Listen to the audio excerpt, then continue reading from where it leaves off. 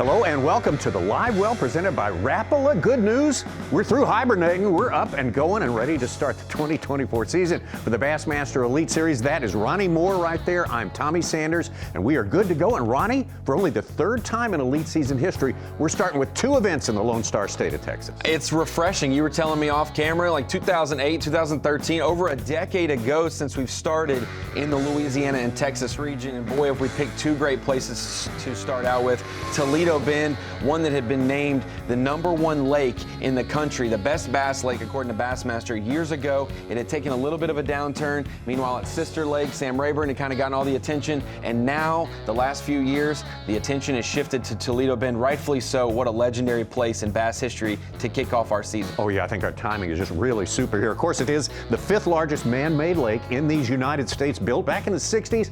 And when it was exploding in the 70s, so many people got turned on to bass fishing at this specific place. So many great names came out of here. And if you want to see a lake that maybe back in the day when the dam was formed, Tommy, and they flooded this place, let's just say, hey, you flood an area and don't touch anything, that's Toledo Bend. There's so much timber, so many natural creek channels, so many big creeks, and like you said, over 180,000 plus acres. It is a very big body of water. Don't let this narrow looking map fool you. It is big water, hard to navigate at times. If the weather is bad, it can dictate your game plan. Some guys want to go from takeoff all the way up north. Some guys will stay down south and fight some of the crowds at times. But we know any one cast can produce a double-digit bass at Toledo Bend. And a lot of different areas can produce a victory as well. We've learned that over the course of the past 20 years, too. One thing I'm super excited about, Tommy, is that we're here in February. We've never been at an Elite Series event in February. Most of the time we see Toledo when the spawn is happening or a little bit later.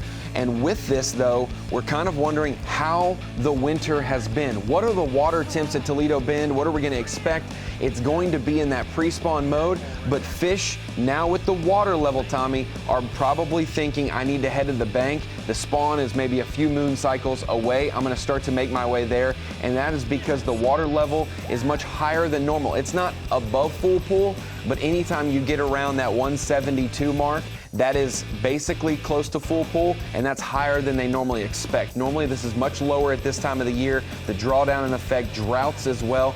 Rarely does the water get up there, so you have a lot of grass, a lot of growth on the bank that now will be in the water. And if we get a little bit warmer daytimes and not as cold at nights, you could see a wave of fish move shallow, which our viewers on Bass Live and some of our big fish, power fishing anglers, you always want to wander upon an 8, 9, or 10 pounder on the bank laying up there somewhere ready to bite. Very, very doable there. And as we stand here a few days in advance of this tournament, it's looking like we're getting some high mid-70s daytime temperatures to start this tournament. So that's more great news. And one thing, as we look at our Lake Master mapping, this place at Toledo, you could live in a creek, Tommy, and be there all day long. You know, it could seem like its own lake. Housen Creek, 6 Mile Creek, those could be bigger than most lakes some guys fish, you know, throughout the whole year in your local clubs. Like they are lakes in themselves. And with that, you're not thinking wintertime patterns or pre-spawn patterns. I've got to be way out in the middle of the lake on the main drag, over 80 feet of water to find my fish. You could be in 30 or 40 feet of water in these creek channels, in these creeks. 6 Mile Creek, Housen Creek, these creek channels can definitely hold enough fish. And the deal is, if it does get warmer, if these fish start to move, you have places they can go. You can be around the timber and the creek channels, and if it warms up and those fish leave you one day, they could go right up on the nearest flat as they make their way towards the shallows and all the cover that has. So plenty of options for these anglers. If they want to fish the deep style, you don't have to do it on the main drag. You can do it up in a creek and still be over plenty of depth, because this is a large and deep body of water. Well, we talk about big fish in years past. We talk about Elite history. That goes, it's 7 years since we've been there. John Murray wins it a little bit up lake there, not way back in a creek.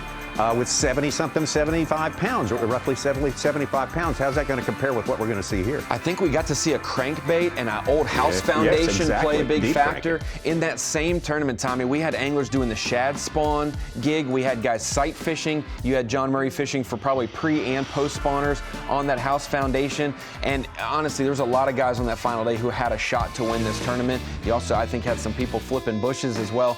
With this being February, we're going to see a lot more pre-spawn tactics, and I think the winning weight's going to be much higher than that 70 or 80. I think it'll be closer to the 2016 summer event we had there, where it was 90+ pounds for a couple of the top 5 finishers. I think that we're going to be at least in that mark. I know a lot of anglers were excited. 100 pounds is definitely on the table for Toledo Bend. Well, that was going to be my next question. Oh, sorry.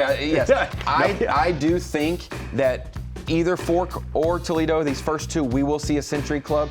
And if the weather doesn't hurt us with heavy winds or massive cold drops, I think it's trending slowly in the right direction. We could see a barn burner for sure. All right, my takeaway from you is, given flat conditions, I'd say we got, what, even money? We hit the century mark at Toledo Bend? Yeah, I think it's more of a favorable situation than not. I think that you're going to be in the minority if you think we're not going to hit 100 pounds. I'd expect us to hit 100 pounds. It's just 4 days of 25 pounds. They can totally do that, Tommy. But I think our players this year, like you said, the Opens guys coming in and our current Elite Series roster prior to that, I think that we have some guys that are definitely going to unlock Toledo Bend. Absolutely. That was my next question. Now we got 100+ anglers, the new crew for 2024. Who's looking good for Toledo Bend in your mind?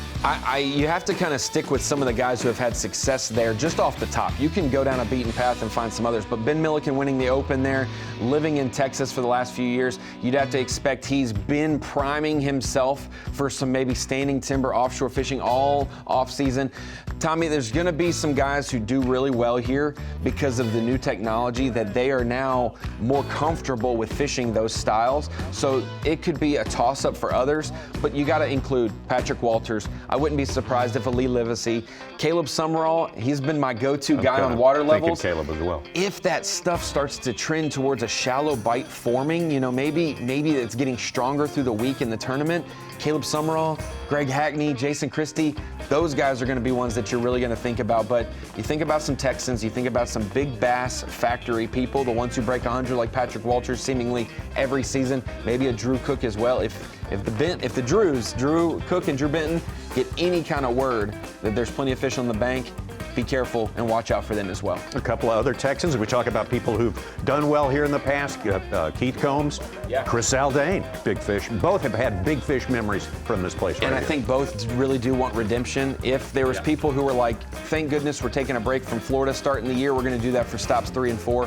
Kicking the year off in Texas, some of those Texans like Zaldain and Combs, like you said, even a Ray Hanselman, keep an eye on some of those folks for sure. All right. Anything else sneaky you want to tell us about? Anything? No, I think that you're going to want to tune into Bassmaster Live. We're going to have coverage all 4 days, and you're going to have cameras in the boats with some of the biggest names in the sport, and then obviously some of the highest contenders once we get through at least a day or two of competition. All right. The Gamakatsu Bassmaster Elite, February 22nd through the 25th. Full coverage here on Bassmaster.com and on Saturday and Sunday on FS1. We will see you then.